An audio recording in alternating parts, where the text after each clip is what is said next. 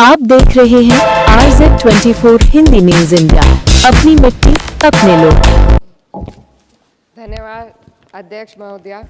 आज हमारे राष्ट्रगीत के 150 वर्ष पूरे होने पर हो रही महत्वपूर्ण चर्चा में गर्व के साथ एक भारतीय होने के नाते मैं अपने विचार रखना चाहती हूँ।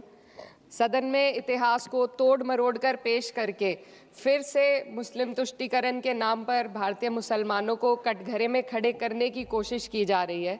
लेकिन मैं सदन में बताना चाहूँगी कि हम भारतीय मुसलमान जिन्ना के आह्वान को ठुकराकर अपने इस प्यारे वतन की मिट्टी के साथ मजबूती से जुड़े रहे। हमने महात्मा गांधी, बाबा साहब डॉक्टर भीमराव अंबेडकर, रविंद्रनाथ टैगोर जी, सुभाष चंद्र बोस जी, मौलाना अबुल कलाम आज़ाद, अशफाक उल्लाह खां साहब के विचारों को अपनाया। हम भारतीय मुसलमान इंडियंस बाय चॉइस हैं, बाय चांस नहीं। वंदे मातरम के किन छंदों को राष्ट्रगीत के तौर पर अपनाया जाए, यह फैसला सर रविंद्रनाथ टैगोर और सुभाष चंद्र बोस जी जैसे नेताओं के परामर्श के बाद हुआ। क्या अब हम उन महान नायकों की समझ पर प्रश्न चिन्ह उठाएंगे? उन्हें देश को बांटने वाला और तुष्टीकरण करने वाला कहने का पाप करेंगे? उन महान हस्तियों ने वंदे मातरम के उन छंदों को अपनाया जिन्होंने देश के हर वर्ग, हर धर्म के मानने वालों को एक सूत्र में पिरोने का काम किया। और मैं एक घटना आप लोगों के सामने रखना चाहती हूँ। वर्ष 1998 में उत्तर प्रदेश सरकार के मंत्री रविंदर शुक्ला जी ने स्कूलों में राष्ट्रगीत को गाना अनिवार्य कर दिया था। लेकिन तब के तत्कालीन प्रधानमंत्री अटल बिहारी वाजपेयी जी ने, जो उस समय लखनऊ के दौरे पर थे, उत्तर प्रदेश सरकार के इस फैसले पर नाराजगी जताई और यूपी सरकार ने राष्ट्रगीत को अनिवार्य करने वाले मंत्री को बर्खास्त कर दिया था। अब मैं सत्ता पक्ष से सवाल करना चाहूंगी।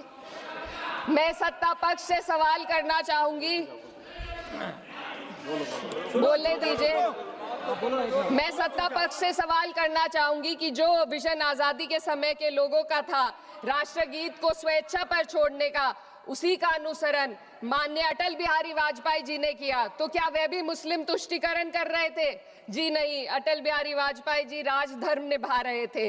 देश में सब धर्मों को एक साथ लाना, सबके जज्बात का एहसास करना ही सबसे बड़ा राष्ट्रवाद है। माननीय अध्यक्ष महोदया, आज हमें वंदे मातरम के असली भाव को समझना जरूरी है।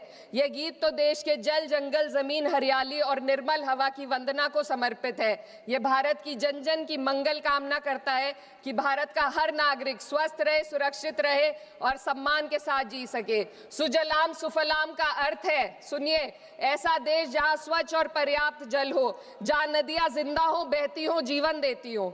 अध्यक्ष महोदय, लेकिन अब जरा यमुना का हाल देखिए। दिल्ली प्रदूषण नियंत्रण समिति की 2025 की रिपोर्ट बताती है कि यमुना के कई हिस्सों में बीओडी स्तर 127 mg पर लीटर है तक पहुंच चुका है, जबकि किसी जीवित नदी के लिए ये 3 mg पर लीटर से कम होना चाहिए। ये सिर्फ नदी का संकट नहीं है, ये किसान का संकट है। नमामि गंगे के नाम पर हजारों करोड़ रुपए खर्च हो गए, लेकिन सच्चाई ये है कि आज भी गंगा और यमुना के किनारे किसान मजबूरी में उसी जहरीली पानी से खेती कर रहा है। वही जहर अनाज में उतरता है और वही जहर किसान की जिंदगी को धीरे धीरे खत्म कर देता है। अध्यक्ष महोदय, जब पानी जहर हो जाएगा तो सुजलाम कैसे होगा? जब किसान बर्बाद होगा तो सुफलाम कैसे होगा? मलयज शीतलम, मलय का अर्थ है मलय पर्वत से बहने वाली ठंडी, सुगंधित, चंदन जैसी हवा जो जीवन देती है, बीमारी नहीं। आज मैं इस सदन से पूछना चाहती हूँ, क्या आज के भारत की हवा मलयज शीतलम है? नहीं अध्यक्ष जी, बस संसद से बाहर कदम रखिए, एक गहरी सांस लीजिए। ये चंदन की महक नहीं, ये जहर है जो आपके हमारे फेफड़ों में उतर रहा है। दुनिया के 20 सबसे प्रदूषित शहरों में से 13 भारत में है। दिल्ली की हवा में सांस लेना मानो रोज 20 सिगरेट पीने जैसा हो। भारत हर साल सर्दियों में जहरीली हवा के प्रकोप में घिर जाता है। AQI गंभीर स्तर पर आ जाता है। ठंडी हवा का सपना अब गैस चेंबर की हकीकत बन चुका है। हम वो देश हैं जहां सरकार प्रकृति पर बने गीत का मान मर्दन तो करती है, पर उसी प्रकृति, जंगल, हवा, पेड़ को बचाने वाले कानूनों को धीरे धीरे खुद ही खत्म कर रही है। ये है आज के हमारे मलयज शीतलम की अफसोसजनक सच्चाई। अगर हम हवा को साफ नहीं कर पाए तो न सुजलाम बचेगा, न सुफलाम बचेगा। माननीय अध्यक्ष महोदया, सस्य श्यामलम का अर्थ है ऐसा देश जहां उपजाऊ जमीन हो, जहां खेत फसल से भरे हो और किसान कर्ज और निराशा में न डूबा हो। आज किसान सिर्फ मौसम से नहीं लड़ रहा, वह प्रदूषण, नीतियों की बेरुखी और सिस्टम की नाइंसाफी से लड़ रहा है। एक तरफ कॉरपोरेट के लोन माफ होते हैं, दूसरी तरफ किसान को उसकी वाजिब एमएसपी भी नहीं मिल पाती है।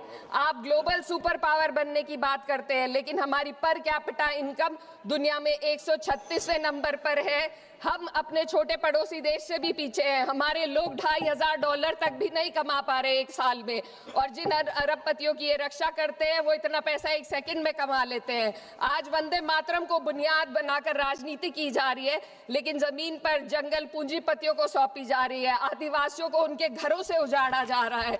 मातरम में जो मात्रा माता है वे सिर्फ मातृभूमि की वंदना नहीं, वे इस धरती की हर नारी, वे इस देश की हर बेटी, हर महिला के सम्मान की बात भी करता है। लेकिन आंकड़े अगर आप देखेंगे, एनसीआरबी की हाल की रिपोर्ट के अनुसार, मैम जसवंत के अनुसार देश में हर वर्ष लगभग 30,000 से अधिक बलात्कार हो रहे हैं, यानी एक दिन में 80 से अधिक महिलाएं यौन हिंसा का शिकार होती हैं। और ये सिर्फ दर्ज मामले हैं। जब जम्मू कश्मीर की एक बच्ची हिंसक अत्याचार का शिकार होती है, जब सत्ता से जुड़े लोगों पर आरोप लगते हैं और कार्रवाई वर्षों लटक जाती है, जब उन्नाव की पीड़िता लखनऊ के दरबार में इंसाफ को लेकर अपनी जान देने पर आमादा होती है, जब बिल्किस बानो के अपराधियों का सरकार के लोग द्वारा स्वागत किया जाता है, तो ये घटनाएं वंदे मातरम की आत्मा पर चोट पहुंचाती है।